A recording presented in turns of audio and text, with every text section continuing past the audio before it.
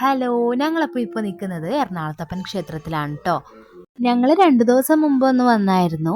പിന്നെ നന്ദഗോവിന്ദം ഭജൻസിൻ്റെ ഭജന ഉണ്ടെന്ന് അറിഞ്ഞപ്പോൾ എങ്ങനെയാ വരാതിരിക്കുക. എനിക്ക് ഭയങ്കര ഇഷ്ടമാണ് അവരുടെ ഭജന.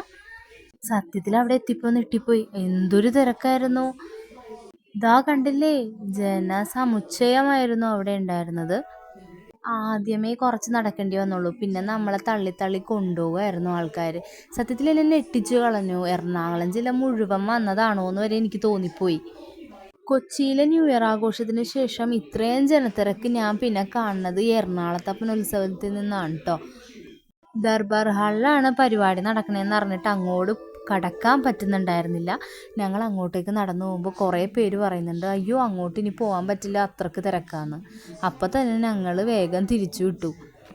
അവിടെ ഒരു സ്ഥലത്ത് സ്ക്രീനിൽ ഇവരുടെ പാട്ട് കേൾക്കാൻ പറ്റുന്നുണ്ടായിരുന്നു. ഞങ്ങളപ്പോൾ അങ്ങോട്ടേക്ക് പോയി. ഞാൻ എന്തൊക്കെ പ്ലാൻ ചെയ്തിട്ടാണെന്ന് അറിയോ വന്നത്. ഇവരൊന്ന് നേരിട്ട് കാണാൻ ഭയങ്കരമായിട്ടും കൊതിച്ചിരുന്നു. പക്ഷേ എന്നെ ഞെട്ടിച്ച് കളഞ്ഞു അവിടുത്തെ തിരക്ക്. കുട്ടി കൂടെ ഉള്ളതുകൊണ്ടാണ് കേട്ടോ കൂടുതൽ പേടി. എന്ന് വെച്ചാൽ അവൾ ചെറുതല്ലേ, ഈ തിക്കിലും തിരക്കിലും പെട്ട് എന്തെങ്കിലും പറ്റുമോ എന്ന് പേടിച്ചിട്ടാണ് പിന്നെ അങ്ങോട്ട് പോകാതിരുന്നത്. ഞങ്ങൾ ക്ഷേത്രത്തിൽ നിന്ന് പുറത്തിറങ്ങിയപ്പോൾ തന്നെ ഒരു പെൺകുട്ടിയെ സ്ട്രെച്ചറിൽ കിടത്തി കൊണ്ടുപോകുന്നത് കണ്ടു.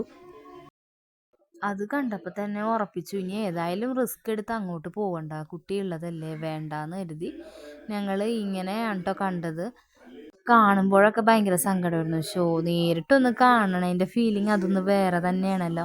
അന്നേരത്ത് കഴിഞ്ഞിട്ട് കുറേ നേരം അവരുടെ ഭജന കേട്ടിരുന്നു കേട്ടോ. ഈ LED സ്ക്രീനിലുള്ള ഭജന കാണാൻ തന്നെ എന്തൊരു തിരക്കാ. അതേ നോക്കിയേ, അതിനും തിരക്കാണ്. പക്ഷെ നല്ല രസം ഉണ്ടായിരുന്നു കേട്ടോ കേട്ടിരിക്കാൻ.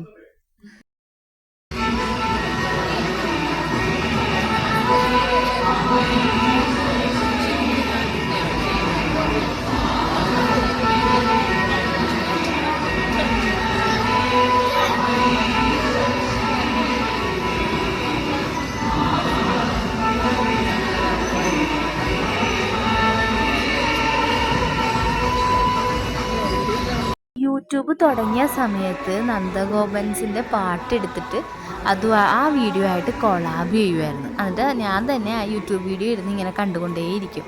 അപ്പോൾ ആ ടീംസ് എറണാകുളത്ത് വന്നിട്ടുണ്ടെന്ന് പറഞ്ഞപ്പോൾ സത്യത്തിലൊന്ന് നേരിട്ട് കാണണമെന്ന് ഭയങ്കരമായിട്ട് ആഗ്രഹം ഉണ്ടായിരുന്നു കേട്ടോ. പക്ഷേ ഈ തിരക്ക് ശരിക്കും എന്നെ ഞെട്ടിച്ച് കളഞ്ഞു. അതുകൊണ്ട് പിന്നെ വേണ്ടാന്ന് വെച്ചു. സ്ക്രീനിൽ കണ്ടിട്ട് പോകാമെന്ന് കരുതി. അല്ലുമോളാണെങ്കിൽ അവളുടെ ഏതൊരു കൂട്ടുകാരത്തി ഇവിടെ വരും, പരിപാടിക്ക് വെച്ച് കാണാമെന്നും പറഞ്ഞ് പോയിട്ട് അവളെയും തപ്പി നടക്കുകയാണ്. ഈ തിരക്കിനിടയിൽ ഞാൻ ആ കുട്ടീനെ എങ്ങനെ കണ്ടുപിടിച്ചു കൊടുക്കാനാ. അങ്ങനെ അല്ലുമോൾ ആകെ ഡെസ്പായിട്ടിരിക്കുമായിരുന്നു കേട്ടോ.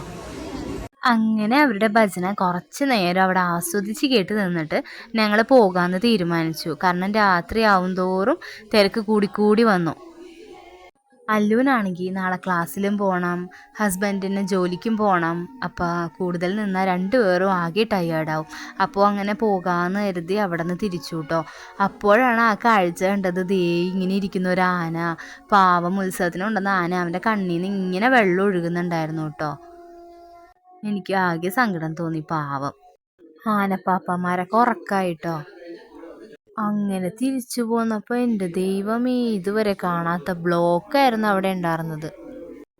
കണ്ടില്ലേ എന്തൊരു തിരക്കാ. ഈ വണ്ടികൾ ഇങ്ങനെ അരമണിക്കൂറോളം ഇങ്ങനെ തന്നെ കിടന്നു. അത് കഴിഞ്ഞിട്ടാണ് നമ്മുടെ ബ്ലോക്കൊക്കെ ഒന്ന് മാറിയത്. അതും ഒരു 9 മണി നേരത്ത് നമ്മൾ ഇറങ്ങിയപ്പോഴുള്ള കാഴ്ചയാണ്. അപ്പോൾ പരിപാടി കഴിയുമ്പോൾ എന്തായിരിക്കും അവസ്ഥ.